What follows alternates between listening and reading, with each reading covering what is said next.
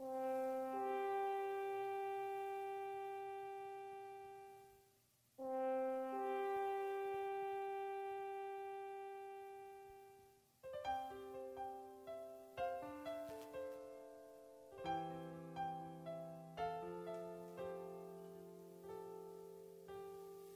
ang iyong mga mata, gumising na at magsaya.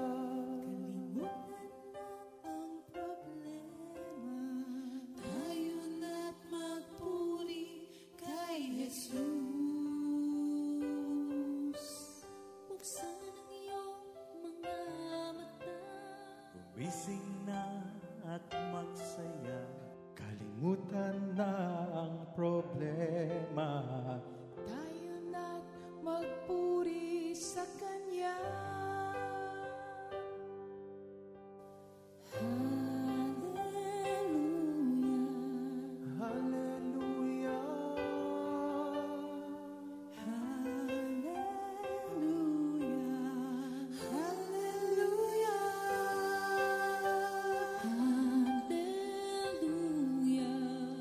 hallelujah,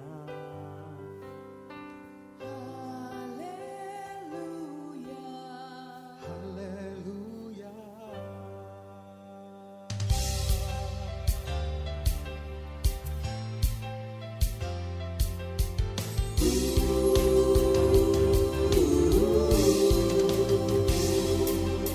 Buksan ang iyong mga mata, gumising na at magsaya. Kalimutan na ang problema, tayo na't magpuri kay Jesus. Buksan ang iyong mga mata, gumising na at magsaya. Kalimutan na ang problema, tayo na't magpuri sa Kanya. Hallelujah, hallelujah, hallelujah, hallelujah,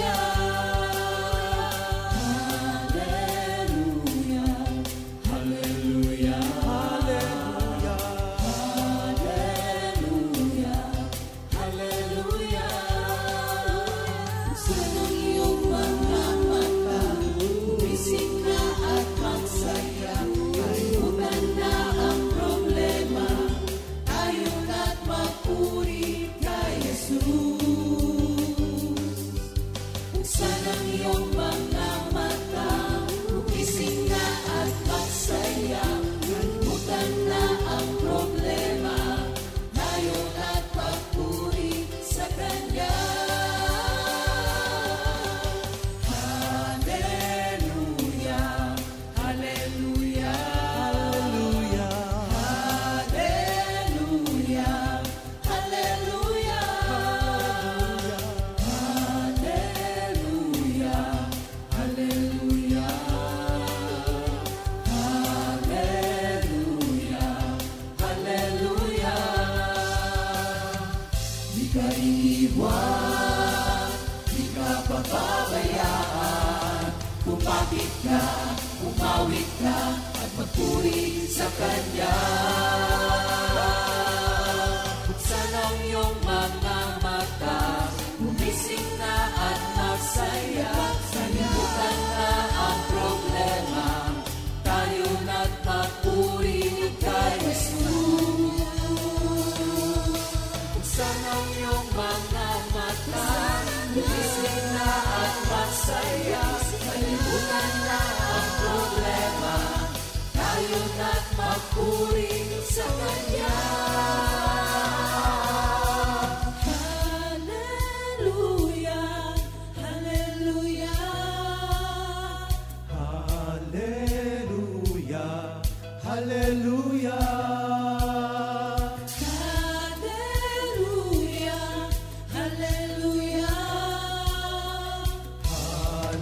hallelujah, hallelujah. Sa iyong mga mata, gumising na at magsaya. Kalimutan na ang problema, tayo na't magpuri.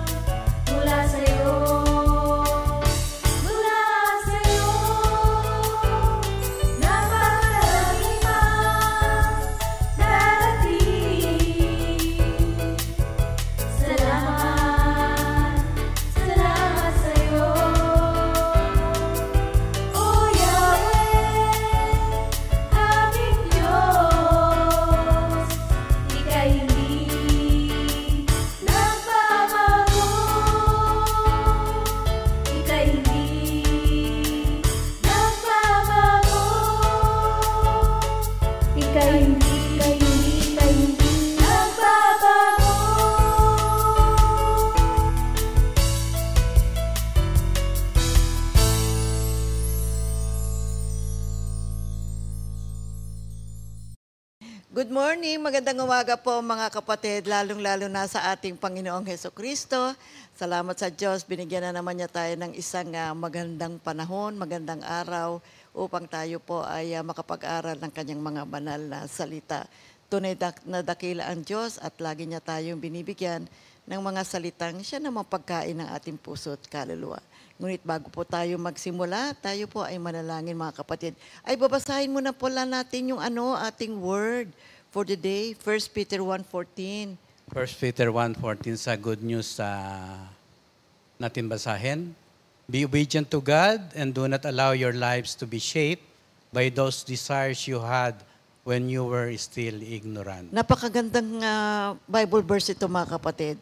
This is a very, very important Bible verse sa buhay natin na sinasabi rito na kailangan tayo ay maging masunurin sa ating Diyos. At huwag nating hayaan ng ating buhay ay muling mahubog doon sa mga kagustuhan natin nung tayo pa ay hindi marunong tungkol sa salita ng Diyos. So meaning to say, sa pamamagitan ng pag-aaral ng salita ng Diyos, tayo ay nababago at lumalawak yung ating kaalaman. Diba? Kapag alam na natin ang katotohanan, the truth sets us free. Kaya alam na natin ang mabuti, alam na natin ang masama, at alam na natin na sa pamamagitan ng pagsunod sa ating Panginoon ay napapabuti ang ating buhay. Okay, purihin ang Panginoon. Sige, manalangin muna tayo. Diyos amang dakila na may gawa ng langit at lupa, narito po kami, Lord, at muli magbibigay ng explanation sa kahalagahan ng iyong mga banal na salita. At dalangin namin, Lord, na ang lahat ng nakikinig, lahat ng sumusubaybay sa Good Morning Jesus ay magkaroon ng open heart na mabigyan muli sila ng mga pag-aaral na napakahalaga sa kanilang buhay. At sa amin din, Lord, na ngayon ay magbibigay ng iyong banal na salita, open our lips so that we can proclaim plentifully, joyfully, your goodness. At sa umagang ito, Lord, muli, ang Banal na Espiritu ang siyang magbibigay sa amin ng tulong upang ang lahat ng aming gagawin, ang lahat ng aming sasabihin ay magbiging tumpak lamang at naayon sa iyong banal na salita. In Jesus' name we pray. Amen. Amen. Purihin ang Panginoon. Ang ating pong pag-aaral ngayon ay continuation natin doon sa tinalakay natin na discipleship last Friday. You see, mahalaga pong topic ito, napakalawak, and I encourage na kayo din po ay mag-research at pag-aralan ang tungkol sa discipleship. Dahil kasi ang Panginoong Hesukristo pumili ng 12, nangaral sila at marami rin naman ang naging tagapagsunod ng ating Panginoon. At yung pag-aaral na yan at ang kaligtasan na yan na inalok sa atin ng ating Panginoon Hesukristo ay dumating sa buhay natin ngayon. Kaya tayo ngayon ay nagkaroon ng bagong buhay na may relasyon sa ating Panginoong Diyos. At tatalakayin natin yung ating Bible verse para ngayong umaga ay dito sa Matthew 9 verses 35 to 38.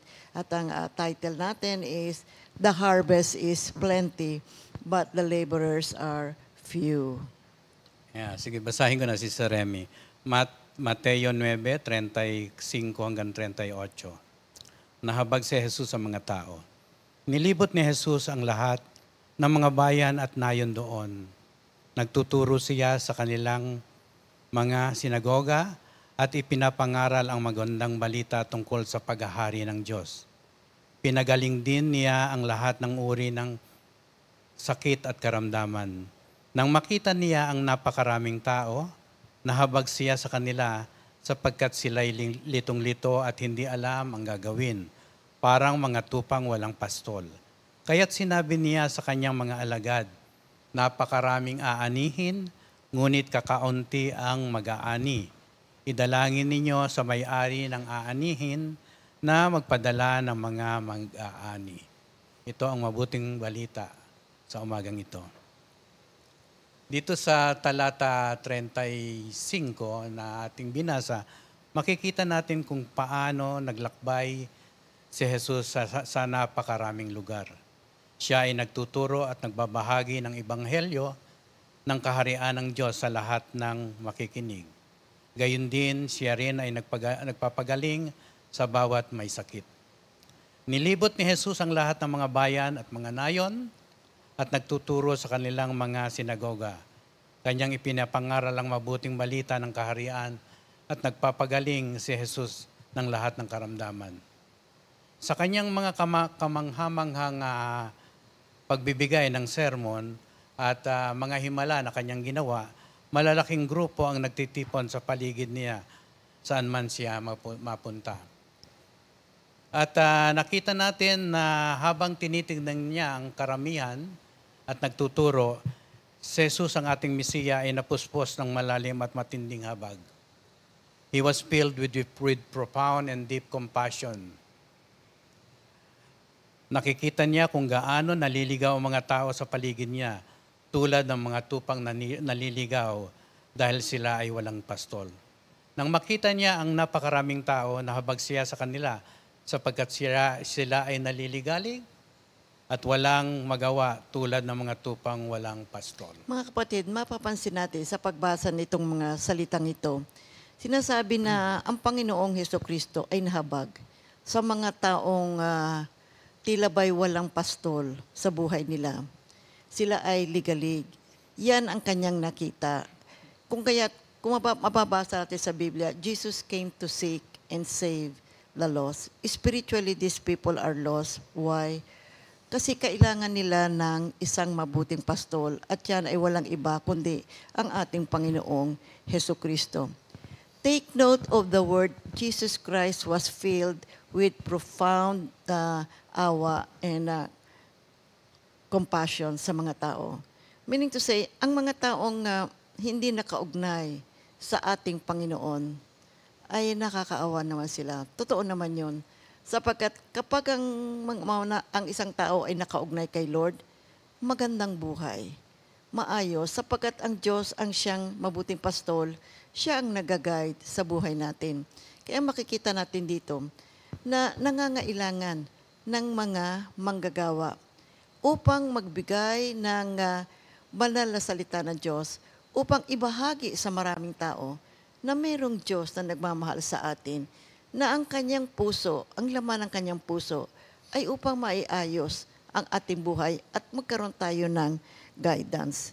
Kaya inilalarawan dito na ang bawat tao, if you are lost spiritually, kailangan natin ang isang mabuting pastol at yan ay ang ating Panginoong Hesukristo. Kaya nga si Lord hinohold niya na, pinananagutan niya na itong mga pinuno ng Israel kayo kasi di nyo tinuturuan at di nyo inaalaga ang mabuti itong mga tao. Kaya itong mga taong to, naligaw sila, kawawa naman, at they are spiritually lost. Nung sinabi ng Panginoong Hesukristo na, the harvest is plentiful, but the laborers are few. Ano nga ba ang kanyang ibig sabihin? Marami ang aanihin, ngunit kakaunti lamang ang mga manggagawa. Sinabi ito ng Panginoong Hesukristo sa kanyang mga disciples. Sabi niya, ang ani, masagana, pero kukunti ang mga nag-aani. Konti lang yung handang lumabas upang tipunin ang mga nakahandang pananim, ready for harvest. Unang-una, ano ba ibig sabihin ng ating Panginoon nung sinabi niya ito? Kasi marami ng mga tao nawawala, pero dumating na sila sa point na gusto na nilang bumalik sa Diyos. Gusto na nilang magkaroon ng relasyon sa ating Panginoon. Ligalig na sila sa buhay, ayaw na nila ng ganong klase ng buhay. Ngunit hindi nila alam ang daan, hindi nila alam kung paano sila makakabalik sa ating Panginoon. Paano sila magkakaroon ng isang matahimik na buhay? Ito ngayon, maraming mga taong ganyan, ready for harvest. Kaya ito ang mga gawain ng mga alagad ng ating Panginoon noong araw. Sila ay pumunta sa iba't ibang mga lugar at ibinahagi ang magandang balita ng kaharian ng ating Diyos. Alam nyo, ibang klase kasi ang buhay ng taong wala sa ating Panginoon o walang relasyon sa Diyos, at ibang klase din ang buhay ng isang taong nakaugnay o may relasyon sa ating Panginoong Hesukristo. Without Christ, there is an emptiness in our hearts. Dahil kasi talagang nilagay ng Diyos yan, yung emptiness na yan, mayroong isang small space doon sa ating puso na kung saan ang ating Panginoong Hesukristo lamang ang pwedeng mag-filled up. After all, He is our Creator. God is our Creator. Hindi naman siya papayag na kakalimutan natin siya na lumikha sa ating buhay. Kaya ang nais ng Diyos, siya ay dumito sa ating buhay. Tayo makipagrelasyon sa Kanya, sumunod sa Kanya, at maganap ang plano ng Panginoon sa buhay natin. Ikalawa, ano ang ibig sabihin ng the harvest is plentiful? So ibig sabihin, ready na. Marami na. Maraming mga tao, dapat na silang anihin, dapat na silang i-evangelize. See, gulong-gulo na sila sa buhay nila. Ripe na sila para makarinig ng magandang balita at tungkol sa ating Panginoong Hesukristo. Ang isang bagay na masisiguro natin is talagang kailangan ng tao ang ating Panginoon. Maraming mga kalalakihan, maraming mga kababaihan sa paligid natin. Handa na sila. Kaya kung minsan pagka meron tayong iniimbita, di ba, lalapit ka agad because they are ripe. Handa na silang makinig at makabalik sa ating Panginoon ayon sa awat grasya ng ating Panginoon. Ikatlo, anong ibig sabihin ng the harvest is plentiful? You see, ginagamit ng Panginoon itong analogy na ito upang ipakita o i-highlight ang isang katotohanan na maraming tao and all people need the Lord. We people needs to be cared of and be brought back to our God. Because without Jesus in our lives, what life ang ating buhay? Kailangan natin ng ating Panginoon. Siya ang mabuting pastol ng buhay natin. Marami mga tao hindi nila alam ang tungkol sa Diyos, hindi rin nila alam ang tungkol kay Jesus. Meron naman mga tao ayaw maniwala kay Jesus at meron naman nagsasabing wala namang Diyos. Sapagkat ang tao sa Romans 3:23, lahat tayo nagkasala at walang sino man nakaabot sa kaluwalhatian ng Diyos. Ngunit dahil sa kagandahang loob ng Diyos, ay walang bayad niyang ibinigay ang ating Panginoong Hesukristo. You see, at sa pamamagitan ng ating Panginoong Hesukristo, tayo po ay napalaya na at itinuturing na ngayon na matuwid. At inialay ng Diyos Ama ang kanyang anak na si Hesukristo bilang handog upang sa pamamagitan ng kanyang dugo ay mapatawad ang ating mga kasalanan. Kaya mabuti, na tayo ay manumbalik at dalhin natin ang maraming mga tao. Let us all bring them all back to our God. Magkaroon sila ng isang mabuting relasyon sa Kanya, matanggap nila ang hindi malirip at hindi masukat na pag-ibig ng Diyos na siyang nag-aayos ng ating bagong buhay. Yung ikaapat, ano ibig sabihin? What does the harvest is plentiful mean? Ang ikaapat ay the spiritual harvest is vast. Ibig sabihin, ang ani ay malawak at masagana. Hindi lamang sa isang bansa, dalawang bansa. Kumbaga, the whole earth need the Lord. Kaya nga itong ating pinag-aaralan ngayon ay napaka-importante ng isang kaluluwa na mahihatid sa paanan ng Diyos at makilala ang Panginoon ay napakalaga sa atin. At sinasabi nga, isang kaluluwa manumbalik sa Diyos, libo-libong anghel na ang nagdiriwang. So, when you speak of the harvest is plentiful, ibig sabihin, napakalawak at masagana at matutuwa ka na i-harvest ito. Ang ikaalima, the harvest is very valuable harvest. Kung ang isang magsasaka ay mag-aani, di ba tuwang-tuwa siya? Napaka-valuable at hindi nasira ang kanyang mga aanihin. Pinaghirapan niya yon ng maraming buwan. Yeah, of course. Oo. So, ganun din tayo. Ganun ang mga farmers. Oo. Pinaghihirapan nila yun. Kaya kapag nag-harvest na sila, ganun na lang ang tuwa nila. Mm-hmm. Kung i-compare mo to sa spiritual na harvest, so napakahalaga. Isang kaluluwa lang nga ay napakahalaga na nag-aawitan sa Diyos. ng mga anghel sa langit. Yes. And of course, sinabi din sa Ezekiel 33:11 that I do not enjoy seeing a sinner die, I would rather see him repent and live.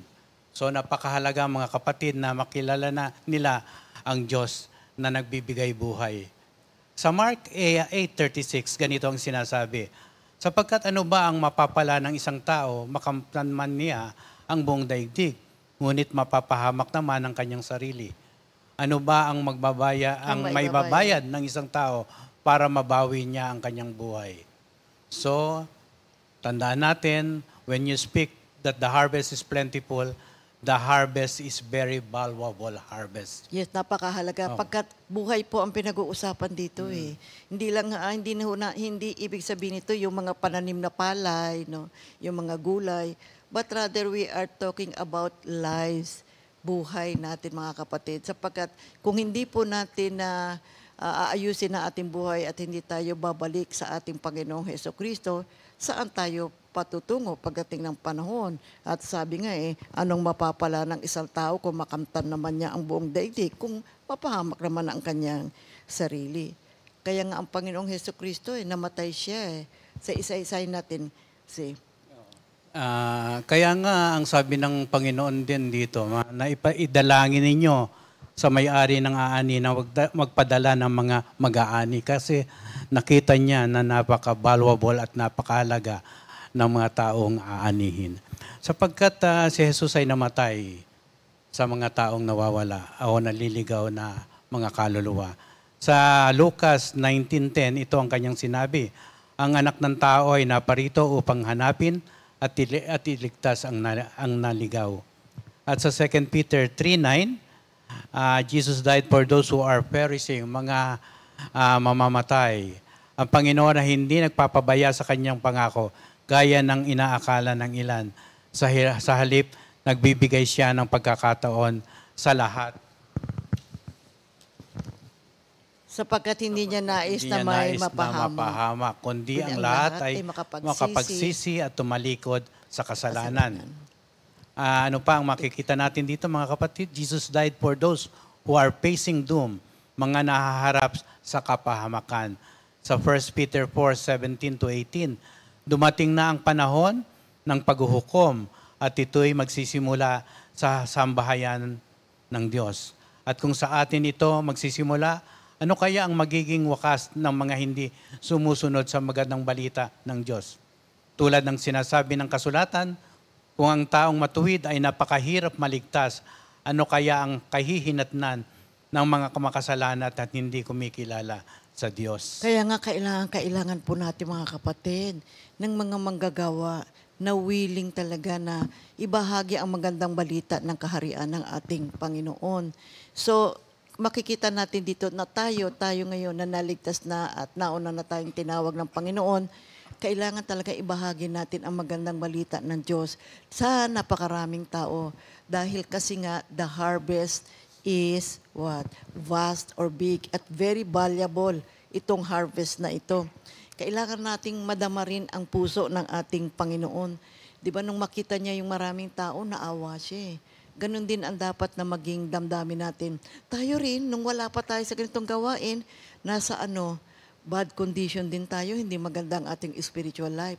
Ngunit kung tayo ay dinala ng Diyos sa ganitong gawain, ay nabago po ang ating buhay at kayo ngayon ay may relasyon na sa ating Panginoong Hesukristo. Yung Ephesians 2:12, nung panahong iyon, hiwalay kayo kay Kristo. Hindi kabilang sa bayang Israel at hindi sa clown ng tipan na nababatay sa mga pangako ng Diyos. Nooy nabubuhay kayo sa mundo ng walang pag-asa at walang Diyos. Ngunit ngayon, dahil sa inyong pakikipag-isa kay Kristo Jesus, kayo na dati malayo ay inilapit sa pamamagitan ng dugo ni Kristo. Ano pa ibig sabihin ng the harvest is plentiful? Ito. Kasi itong mga katulad ng mga farmers, no? Kapag ripe na yung kanilang mga tanim, kailangan talagang anihin na. Sapagkat kapag yung pinabayaan pa, itong mga tanim nilang to masisira. Now, in the same manner, we need workers and we need to disciple and we need to preach the gospel. Kasi merong mga tao talagang handa na, ripe na para bumalik sa ating Panginoon.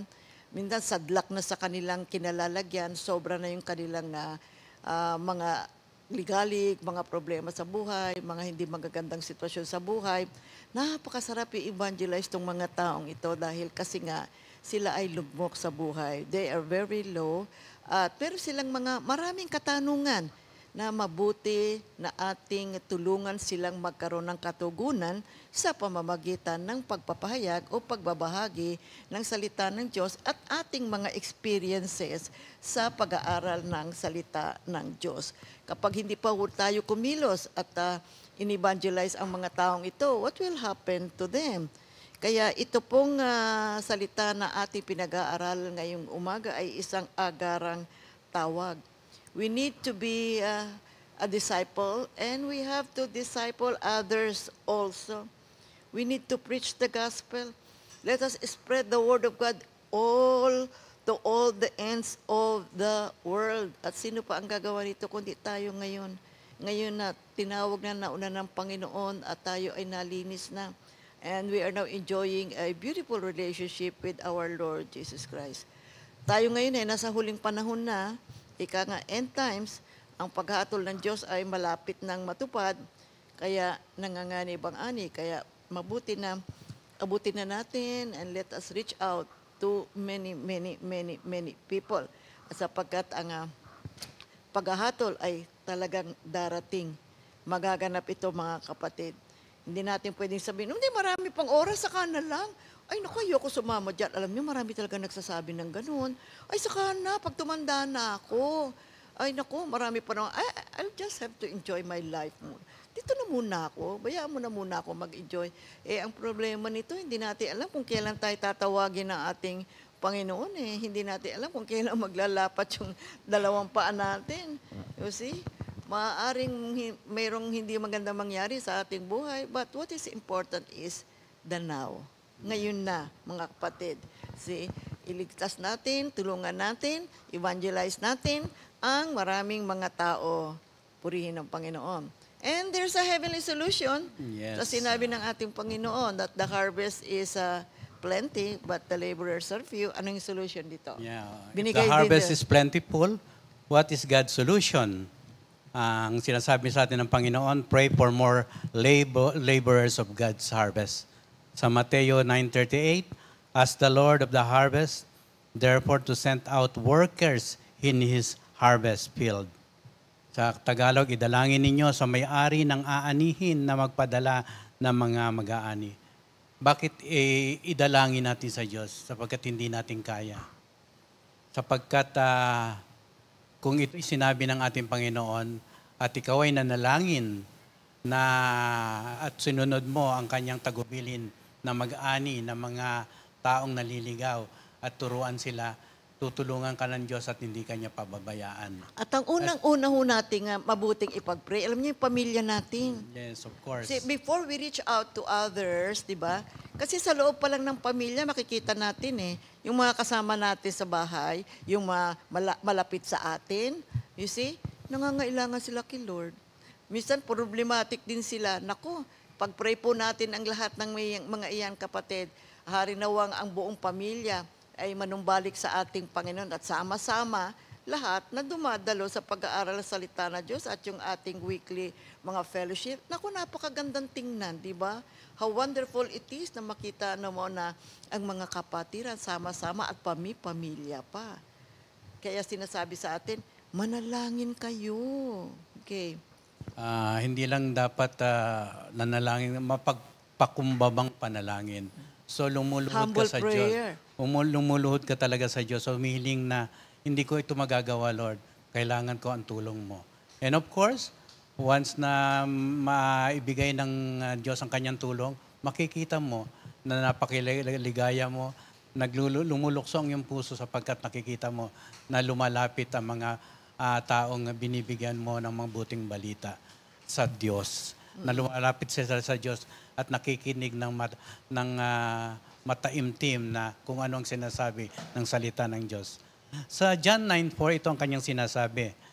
I must work the works of Him who sent me while it is day. Night is coming when no one can work. Ano ang sinasabi dito ng mga talatang ito na sinabi ng ating Panginoon? Ito ay isang babala at panawagan sa pagkilos natin. Sinasabi ng Diyos na napakarami, tinawag kayo para magparami ng mga disipulo ni Kristo. Ibig sabihin, tayo tinawag ni Lord, hindi para lamang bigyan tayo ng magandang buhay. Mandi sinasabi niya, magparami kayo at ng disipulo hanggang marinig ng lahat ang ebanghelyo. Walang nakakalam kung kailan darating ang wakas. Ngunit ito ay darating. Si Jesus mismo ang nagsabi na ang gabi ay darating. Darating. Oo. So kailangan gawin ang mga ginawa ni Kristo noon at nagsugo sa atin na noon na wala pa tayo sa Kanya, narinig natin ang Kanyang salita at nabigyan tayo ng kumbaga inganyo, kahalaga ng salitang ito at nabigyan tayo ng favor ng Diyos na sa pamamagitan ng Kanyang mga magagandang salita na ibibigay natin sa mga taong naliligaw, nagkaroon din sila ng pag-asa. At iba nga ay naging workers naging disipulo ng ating Panginoon. So, ang sinasabi ng ating Panginoon, bago mamatay ang mga ilaw at magdilim, may mga bintana ng pagkakataon na magkaroon kayo ng buhay, magkaroon kayo ng liwanag sa inyong buhay, na ang maraming tao na naliligaw ay magkaroon ng sapat na kaalaman sa mga salita ng Diyos. Ang sinasabi sa atin ito, mga kapatid, is hanggat tayo ay malakas, maganda ang panahon. We can freely study the Word of God. Nandiyan dyan yung mga iba't ibang media, TV, andyan yung mga print, diba? Andyan lahat. Napakadaling maabot at mag-aral ng salita ng Diyos. Huwag ho natin sayangin ang panahong ito na ibinigay sa atin. Napakapalad natin na tayo ngayon nabubuhay sa era o sa age na ito. Sapagkat magbukas ka lang ng cellphone, meron ng app doon, ng Word of God. Magbukas ka ng iyong ng TV, meron din. Ang mga aklat ay napakarami upang ating basahin, i-meditate, unawain tungkol sa salita ng Panginoon. Huwag natin sayangin ang panahong ito na ibinibigay sa atin ng ating Panginoon. At tayo ngayon na nandirito na, magkaroon tayo ng desire. Ng maraming mga tao ay maging disciples din ng ating Panginoon. At kapag sila naman ay nabago na at naging followers na ng ating Panginoon, sila man din ay maghikayat ng marami pang mga ibang mga tao. Dahil alam nyo, ang mundo ngayon, uhaw talaga. Uhaw na uhaw sila sa relasyon sa ating Panginoon. Kaya napakahalaga ng ani, yung harvest na ito, yung harvest sa mga kaluluwa ng mga lost people. Panahon na ngayon, mga kapatid, kailangan na talaga natin na mag-preach ng salita ng Diyos at kailangan pa rin natin, most of all, yung mga manggagawa na gagawa nito, na talagang willing na humayo kahit saan, na pag lumakad ka, may masalubong ka, ay babahaginan mo. Alam mga kapatid, yung minsan may kausap ka, magsabi ka lang ng, praise God! Nagugulat na yung mga maraming tao, ay ano ba kayo, bakit kayo palaging praise the Lord? Tapos, ay thank you Lord! Yung ganun lang mga kapatid, nakaka-evangelize na tayo. Diba? Minsan punta ka dun sa meron kang binibili, nasuklian ka na, oy thank you brother, thank you sister. Malaking bagay na po yun.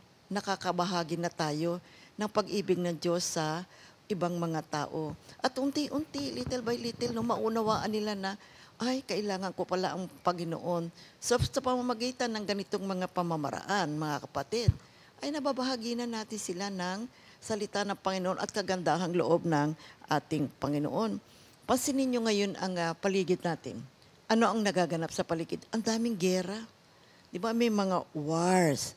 Ang daming tao may sakit. Sino kaya at ilang tao ang walang sakit? Most people are sick. And they are sick of different illnesses.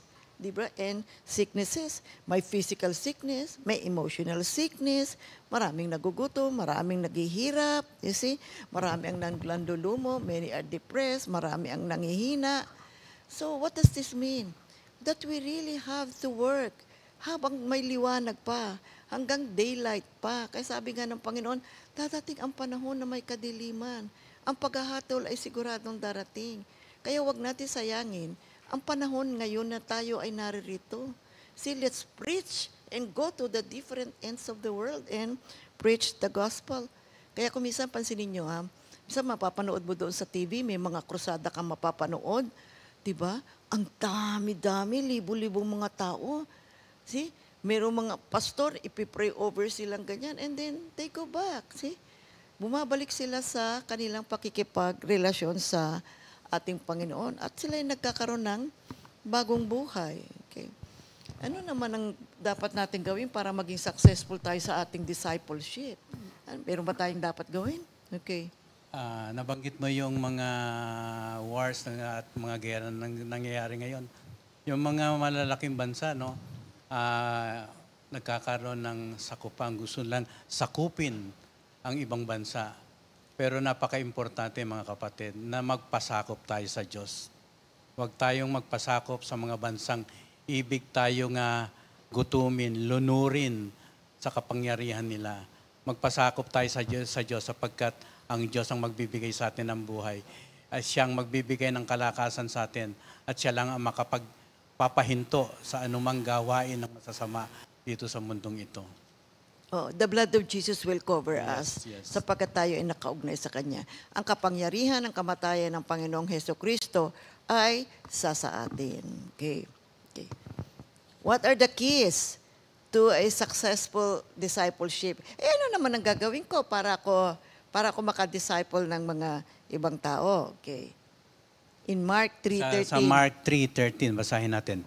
Pagkatapos nito, umakyat si Jesus sa bundok at tinawag ang mga taong pinili niya at lumapit sila sa kanya. Pumili siya ng 12 na tinawag niyang mga apostol. Hinirang niya ang mga ito upang makasama niya at sisugo upang mangaral. Sila ay binigyan din niya ng kapangyarihang magpalayas ng mga demonyo. Okay. So they were given authority. Yes. So ang 12 disipulo ay pinili upang ipadala upang mga ipangaral ang mabuting balita. At kailangan nilang maunawa na ang epekto ng kaharian ng kanilang misyon ay nakasalalay sa kapangyarihan ng Diyos at hindi sa kanilang sariling pagganap. Yung may magandang sinabi ang mga pinag-aaralan natin mga commentaries. Ang sabi ng Panginoon, so nagbibigay siya ng instructions na go, preach the gospel. Ano ang success ng discipleship ay yung word na I will be with you. We cannot do it on our own. You see? Kaya yung success ng ating pagbabahagi ng salita ng Diyos at ang maraming mga tao ay makapanumbalik sa ating Panginoon ay yung pangako ng Diyos na I will be with you. Yan ang kanyang pangako sa ating lahat. Bago namatay ang ating Panginoong Hesukristo sa cross, you see, sinabi ni Lord Jesus sa 12 disciples, at sabi niya the Spirit will be with you. Sa John 14:15, He said, and I will ask the Father, and He will give you another advocate to help you and be with you forever. Nung bago rin ng ascension ng ating Panginoon, Jesus reminded the disciples that, sabi niya, make disciples of all nations, sabi niya. And then, this would only be possible because the Lord promised, I will be with you. Ba? Yung Matthew 28:19-20, basahin natin ha. Go then to all peoples everywhere and make them my disciples. See, baptize them in the name of the Father, the Son, and the Holy Spirit. See, and teach them to obey everything I have commanded you. So that is the command. And the Lord made a promise, and I will be with you always to the end of age. So dito makikita natin mga kapatid na ang sikreto ng kaganapan ng mga inuutos ng Panginoon sa atin upang tayo po ay makapag-evangelize at makapag-disciple ng maraming tao ang presensya ng Diyos sa buhay natin. Tayo mismo ay mayroong relasyon, nakikiisa sa ating Panginoon sa mission ni Lord Jesus. Because we as believers and disciples and followers of Christ, Christ's mission is also our mission. Kaya itong Matthew 28:19-20, Jesus tells His disciple how to make disciples. Pansinin niyo yung kanyang sinabi. There are 3-step processes. See? First, sabi niya, go to those who have no exposure to the gospel. Sabi niya ganyan. Diba? Go to all peoples, everywhere. Sabi niya. So secondly, call them into a relationship with Jesus. He said, make them my disciples. At yung ikatlo, importante ito, sabi niya, sabi ng ating Panginoon. Diba? Teach them, turuan niyo sila to obey everything I have commanded you. So, yun ang pamamaraan ng ating Panginoon. So, napakahalaga ng word na obedience, ha? Yan ang nakalagay dun sa ating word for the day na 1 Peter 1:14. Be obedient to God. Now, this is very important method of discipleship. Kaya nga ang ating Panginoong Hesukristo, mababasa natin sa kanyang ministry, Jesus is always teaching His disciples. Lagi siyang nagtuturo, di ba? Napakaganda ng mga pagtuturo. Lalo yung mga parables. Lahat ng kanyang tinuturo is full of wisdom. Kasi napakagandang subaybayan, pag-aralan, at higit sa lahat, ipamuhay natin. See? Now, there is another important thing about discipleship, and that is to be a disciple and to be able to disciple others, we need to be committed to our teacher. Napaka-importante ng salitang commitment. Kaya nga dito sa sinabi ng ating Panginoon sa John 15:5-8, I am the vine and you are the branches. Those who remain in me and I in them will bear much fruit. For you can do nothing without me. Those who do not remain in me are thrown out like a branch and dry up. Such branches are gathered up and thrown into the fire where they are burned. If you remain in me and my words remain in you, then you will ask for anything you wish, and you shall have it. My Father's glory is shown by your bearing much fruit, and in this way you become my disciples. So napakaganda nito mga kapatid. Importante. Ang salitang remain, Sister Remy, ay action word yan. Ibig sabihin may gagawin ka. The word remain means to go on, to abide, to endure, to persist and stay. Kaya napaka-importanting salita ito. When Jesus says, I am the vine, nire-remind niya ang kanyang mga disciple at tayo na rin mga kapatid na He has got us. Ibig sabihin, nabihag na tayo ng ating Panginoon sa pamagitan ng kanyang mga salita. Kung tayo nabihag na ng ating Panginoon, He will never leave us. He will never move away from us. Ibig sabihin, kapag ginagampanan natin ang ating tungkulin na mapalawak ang kanyang kaharian, nandyan lang siya on our right at naghanda tayong tulungan. He is reminding us that we have work to do. Ibig sabihin, kapartner mo ako sa iyong gawain. Kung wala kang kapartner, kung wala ako sa iyo, hindi mo magagampanan yan. Kaya sabi niya na tutulungan kita. Ayokong mawala ka sa iyong posisyon. Ibig kong ang sinasabi ng Panginoon, kaya ako ang iyong vine, ako ang kapitan mo at ikaw ay magbubunga. Yan ang sinasabi ng ating Panginoon. So napakahalaga po ng commitment kasi if we really want to be successful in preaching the good news of our salvation, we need to be united to our Lord Jesus Christ. Purihin ang Panginoon. Bago tayo magpatuloy mga kapatid, itong kahalagahan ng commitment sa ating teacher, our Lord Jesus Christ, batiin muna natin yung mga may birthday ngayong August 18. Sister Sally Bartolome. Oh, Sister Sally, happy birthday! Happy birthday, Sister Brenda Tabara, Brother Amy Arieta, Brother Joseph Kaabay, Brother Artemio Borja, Sister Renny De Leon, Sister Janine Hisan, and wedding anniversary. Happy anniversary, Brother Tom and Sister Marita Macquarie. Purihin ang Panginoon. Happy anniversary, kapatid. Okay. Enjoy your special day, mga kapatid. This is your special day, birthday ninyo. So have a nice day, have a wonderful day, and praise the Lord.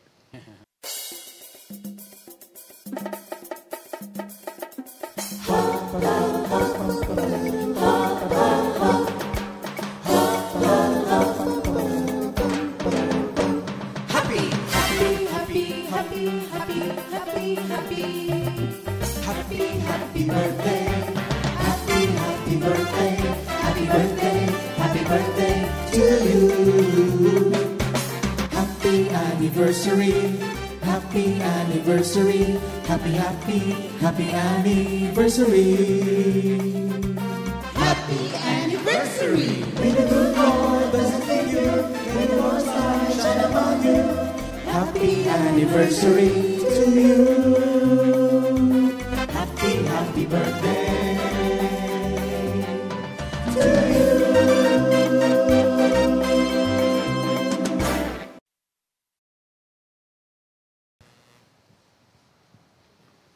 Purihin ang Panginoon.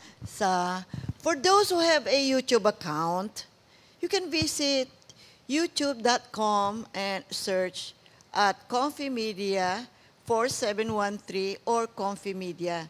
Now, just click the subscribe button, watch, like, and share our videos. Nagawa na po ba ninyo ito mga kapatid? Well, just keep on doing it. Yan po, makikita ninyo.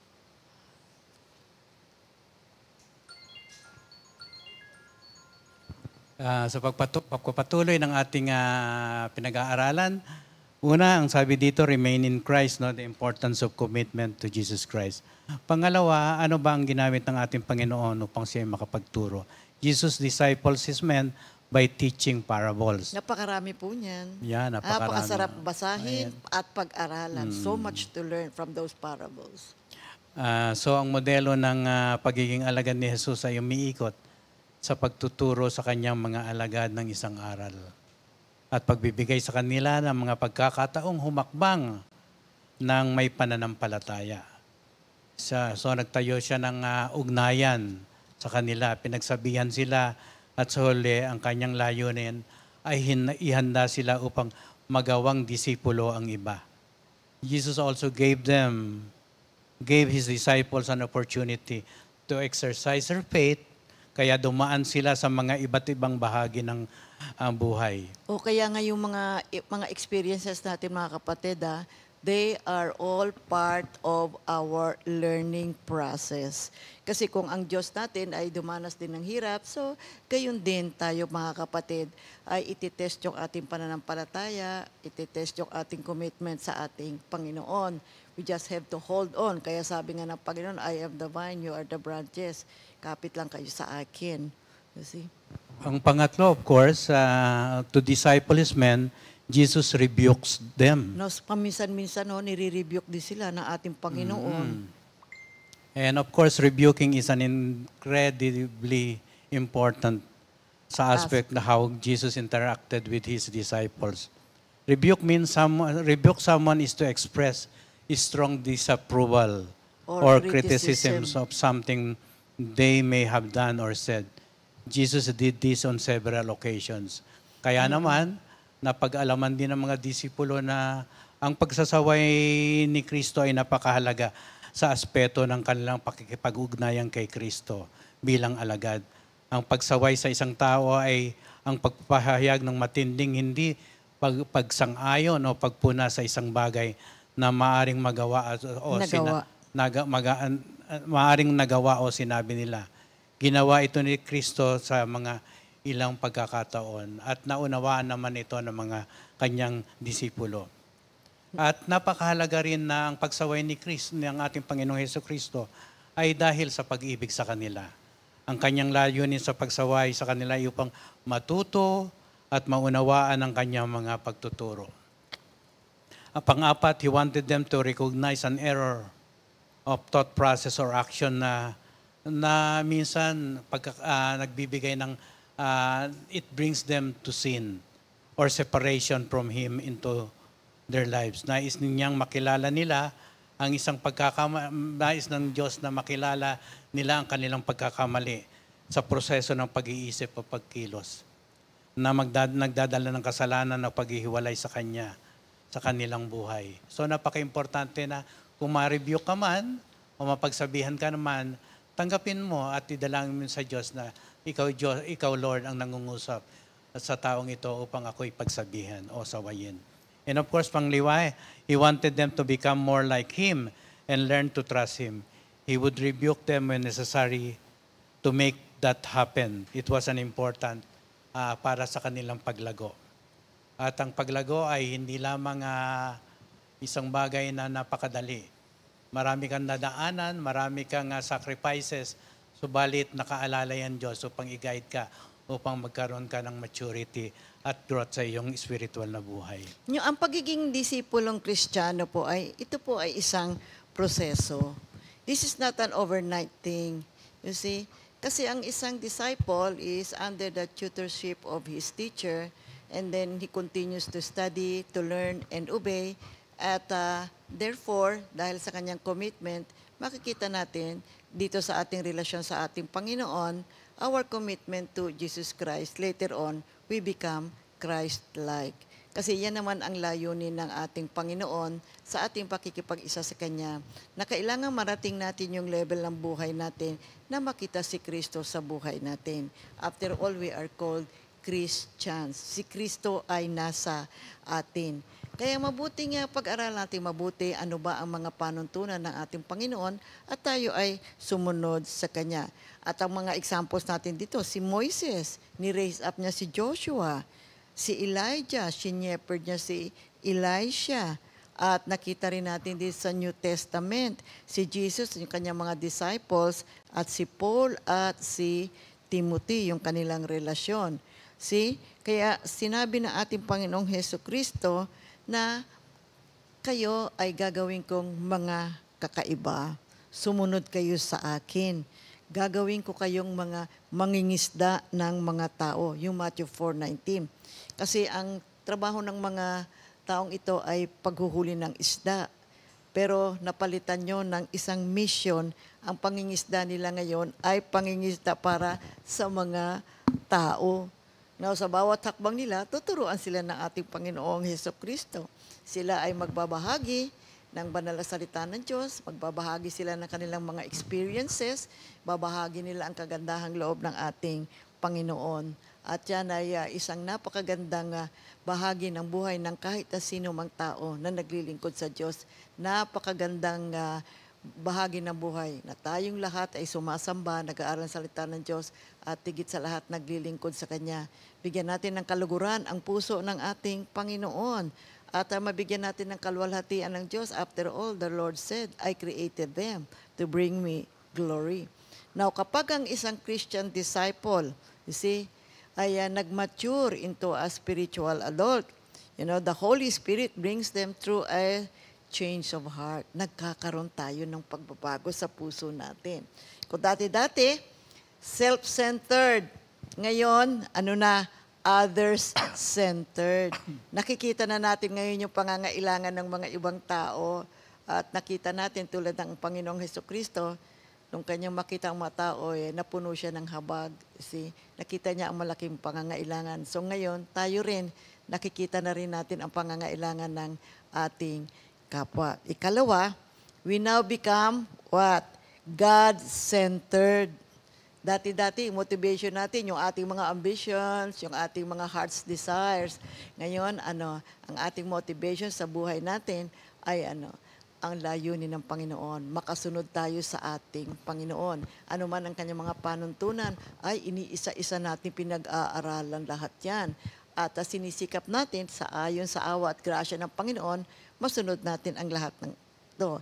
Dati-dati, yung ating mga ambitions, yun ang ating palaging tinatalakay sa buhay natin. Pero ngayon, ang motivation natin, mabigyan natin ng kaluguran ang Diyos. We are now God-centered.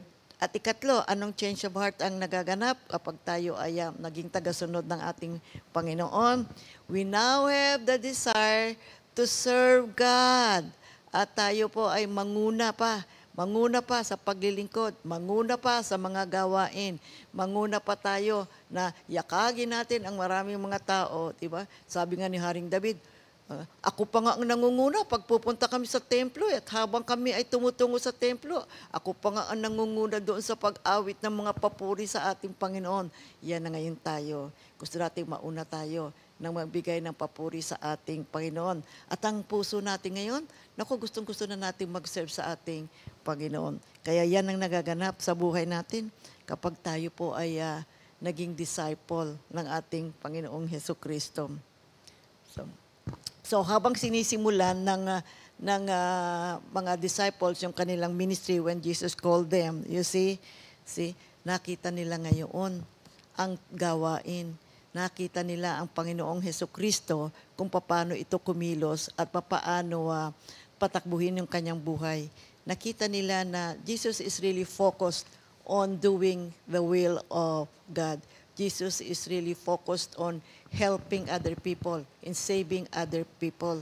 Nandoon palagi ang kanyang puso at ang kanyang kaluluwa na magkaroon ang maraming mga tao ng isang maayos at maginhawang buhay na nakaugnay sa ating Diyos. Yeah. Ang isang tiyak nakatayangian ng pagiging disipulo ay tinatawag nating yung salitang reproduction and multiplication. Hindi itong reproduction and multiplication ay hindi para magparami ng ating mga sarili. Ating sarili. Kundi mag-reproduce ng buhay na reproduce the life of Christ in the life of others. Sila man ay maging katulad ni Kristo sa isip, sa salita, at sa gawa. At ang ating buhay ay makapagbigay ng honor and glory to the Lord. Kaya nga sinabi na Isaiah sa 43:7, I created them to give me glory. At sinabi rin ni Paul sa mga mananampalataya sa Thessalonica, because we love you so much, we were delighted to share with you not only the gospel of God, but our lives as well. Ibig sabihin, nung maihayag ni Pablo ang kanyang ang salitang ng ating Panginoon, nag-multiply na ito ng mga disipulo na kanyang naturuan. At nakita nga natin na ang sakripisyo ni Pablo ay naging matagumpay sapagkat inonor niya at nabigay ng kalawalatian sa ating Panginoon. So ang isang alagad ng Diyos ay nakataon sa pamumuhay na nakalulugod sa ating Panginoon. Ang pagiging isang disipulo ay panghabang buhay na proseso. Learning and living to be Christ-like. Ang uri ng kanyang buhay, isang example o isang guide para sa ibang tao. As a Christian disciple, kailangan niyang matuto, mamuhay at maipakita that he is committed to Christ. We make disciples as we go, wherever we go, kung saan man tayo mapunta at kung sino man ang ating makilala, kung sino that we may have contact, kailangan na ang buhay natin ay nakikita na binago tayo ng ating Panginoon sapagkat ang isang buhay na nakaugnay sa Diyos ay it is an exciting journey. Mula sa buhay na walang kaalaman sa salita ng Diyos, ngayon punong-puno ka na ng may kaalaman sa Diyos at nakikilala mo ng lubusan na ang buhay na ito ay isang buhay na mahalaga na pinili ng Diyos upang makapagbigay ng kaluguran sa Kanya. Kaya yung 1 Corinthians 15:58, kaya nga mga minamahal kong kapatid, magpakatatag kayo at huwag matitinag. Maging masipag kayo palagi sa paglilingkod sa Panginoon dahil alam ninyong hindi masasayang ang inyong pagpapagal para sa Kanya. Ang buhay natin bilang mga disciples, followers of our Lord Jesus Christ, there are sometimes meron mga negative situations, meron din mga positive situations, but after all, this is a life worth living. It's an exciting journey pagkat kasama natin ang ating Panginoon sa buhay natin. Because He promised, He shall be with us. Kaya yung Acts 1:8, but you will receive power when the Holy Spirit comes on you, and you will be my witnesses in Jerusalem, in all Judea and Samaria, and to the ends of the earth. So dito tinawag ng Diyos yung kanyang mga disciples, mga kanyang mga tinawag na alagad, na maging saksi, maging witness. Ito yung kanilang mga na-experience, na kasama nila ang ating Panginoon, nang sila ay humahayo, ay sinasabi niya, be my witness, sabihin niyo sa mga tao ang inyong naranasan. Kaya yung 2 Timothy 2:2, tingnan ninyo, napakaganda mga kapatid. Ito yung ating verse. And the things you heard me say in the presence of many witnesses, entrust them to reliable people who will also be qualified to teach others. O yan, ano yan? Discipleship.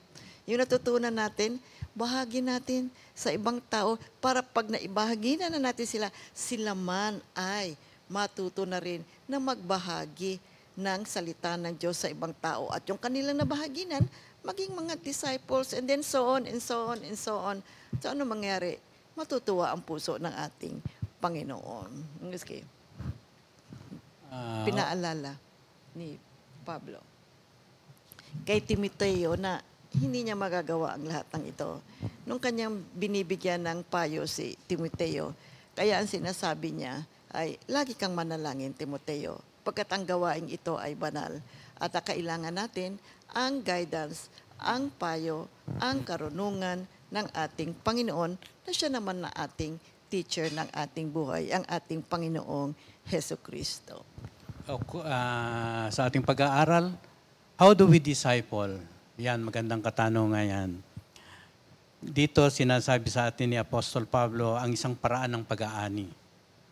Isa na itinalaga ng Diyos at pinarangalan at pinagpala sa lahat ng mga nakaraang taon.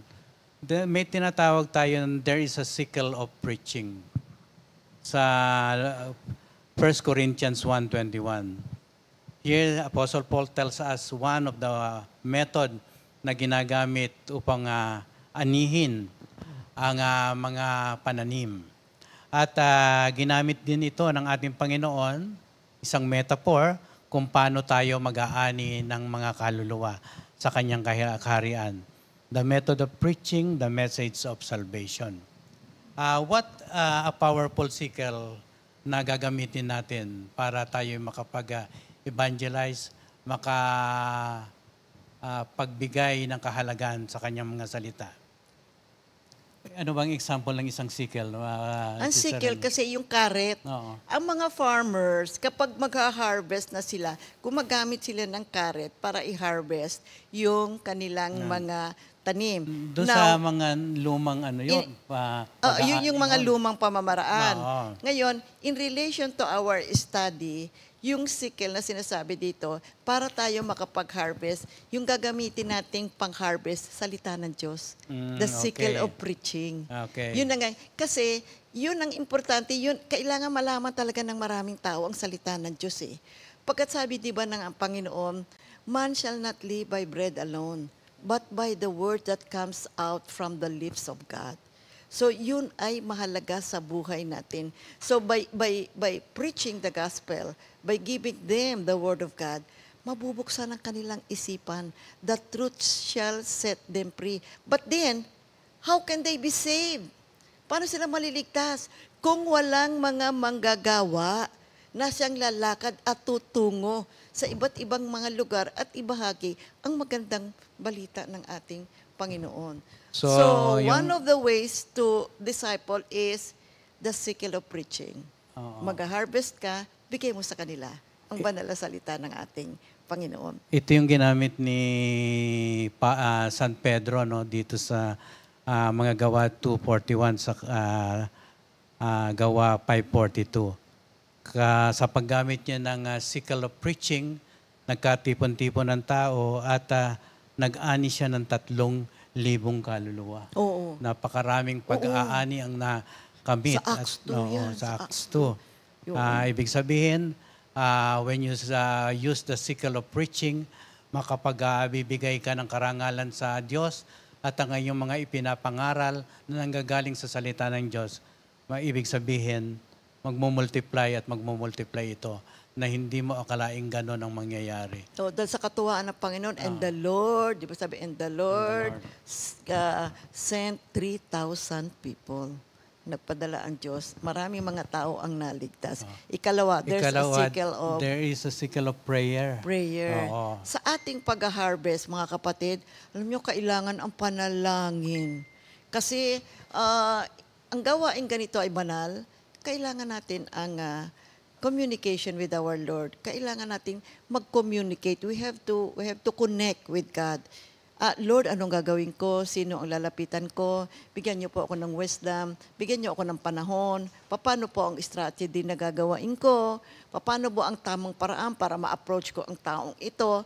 Do all this in prayer. Mahalaga ito, mga kapatid. That's why tinatawag natin to disciple, we must be a prayerful person. There is a sickle of prayer. Then thirdly, there is this... Sister Remy, pag ikaw ay nag-aani, hindi ka naman nakatayo at nagaganon, no? Oo. Medyo nakaluhod ka Nakaluhod habang ka. kinakarit mo yung mga ani, no? Ibig sabihin, pag nakaluhod ka, spiritually, nananalangin ka. Yes, Oo, no? yun nga. Oo. Ganun lang At pagkatapos, kapag naani mo na, andyan na yung mga naani mo, yung farmer, hindi naman nakatayo yan nagtatali eh. Binibigkis na niya na yung ani. Pag binibigkis niya, di ba, there are certain times na nakaupo siya o nakaluhod siya, and there are times nakatayo siya. Now, these are all forms of prayer. Purihin na. Ikatlo, there's a sickle of persuasion. Oo. So, banayad, Banayad. nating kakausapin yung mga gusto nating i-evangelize. Yung 2 Corinthians 5:10 to 11 to 10. 2 Corinthians 5, 5. no? Yeah, umpisa natin sa 7. 7, okay. Sapagkat namumuhay kami batay sa pananampalataya at hindi sa mga bagay na nakikita. Malakas ang aming loob at mas gusto pa naming iwan ang katawang ito na aming tinatahanan ngayon upang manirahan na sa piling ng Panginoon. Kaya naman, ang pinakananais namin ay maging kalugod-lugod sa Kanya, maging nasa katawang lupa o maging nasa piling na niya. Sapagkat lahat tayo haharap sa hukuman ni Kristo at tatanggap ng nararapat ayon sa ating mga gawaing mabuti o masama nang tayo'y nabubuhay pa sa katawang ito. Nakita niyo po yung pagkakabasa nito, yung sinabi ni Apostle Paul.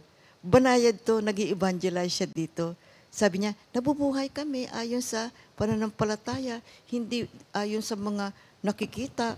Kaya malakas yung loob namin. So, he was telling us, he was telling somebody, sinasabi niya sa iba, ito ang aming damdamin, ito ang aming buhay. Napakaganda. Pag pinag-aralan mo, basahin mo mabuti, nag-i-encourage ito ng ibang tao. Very, very humble, very, very gentle yung kanyang pangungusap. Pag ikaw yung kinakausap niya, ay ganito pala ang buhay nila. Bakit kaya gayon ang kanyang line of thinking? Magiging interesado na po yun, mga kapatid. Kasi sa pamamagitan nito, nung sinabi ni San Pablo, mabubuksan ang iyong kaisipan eh. Bakit sila ganun? Doon nakakapag-evangelize ka na. Kaya mahalaga Mahalaga yung the sickle of persuasion. Hindi ho natin yan sinisigawan. You know, ang nakakatuwa nga ang ating Panginoon. You know, when God wants you to come to Him, see, He will not take you by the collar and say, "Uy, halika nga, umupo ka dito. Gusto kitang iligtas." No, He won't do it that way. But rather, He would do it gently, so loving, so persuasive. Kaya to the point na mahihikayat ka, maiinganyo ka. May konti, kasama ka na sa fellowship. At hindi lang yun, may kasama ka na rin sa iba't ibang mga prayer meetings. So that is what we call the sickle of persuasion. May tatlong ang illustration si Pablo na may hawak ng karit ng panghihikayat. Basahin niyo po mga kapatid dito sa Acts 18:4, Acts 26:28 at sa Acts 28:23. Nandiyan makikita natin yung the gentle art of personal soul winning na ginawa ni San Pablo. Kaya tayo po'y tinawag, mga kapatid, tayo ay maging tapat sa pagpapalaganap ng binhi ng mabuting balita at yun naman yung ating role.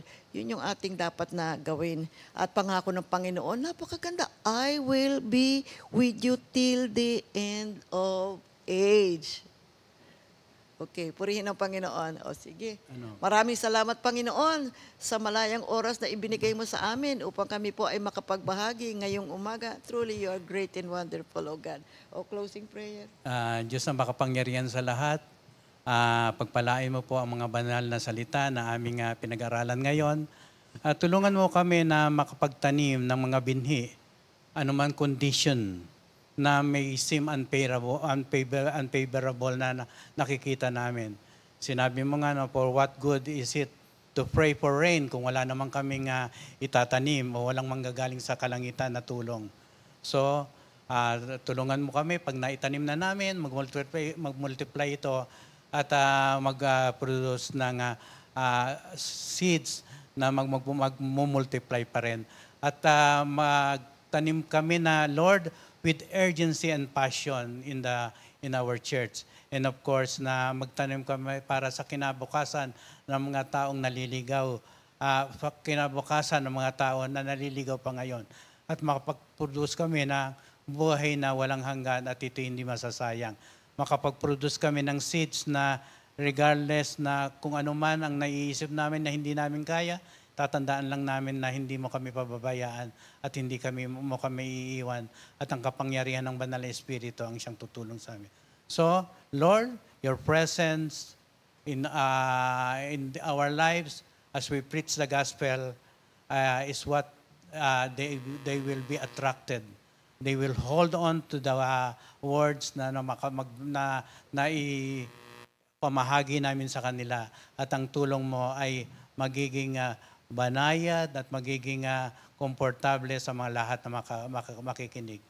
Lord, muli Lord, pinasasalamatan ka namin at pagpalain mo po kaming lahat, bigyan ng kalakasan and bless us with peace, sapagkat ang strength and refuge ay manggagaling sa Diyos naming namumuno sa amin at nagbibigay ng kalakasan. At anuman ang alalahanin ng aking mga kapatid ngayon, Lord, muli, ikaw pa rin ang sasagot sa tangtang panahon ng kanilang pangangailangan.